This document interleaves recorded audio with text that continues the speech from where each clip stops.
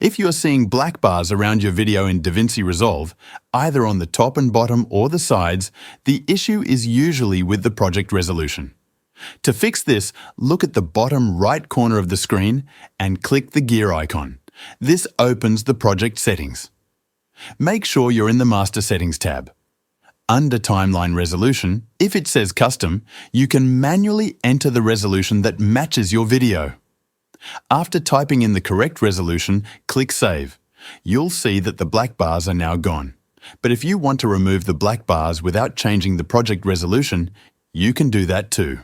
First, select the video clip in the timeline. Now, go to the Inspector panel. In the Transform section, look for the zoom value. Increase the zoom until the video fills the entire frame.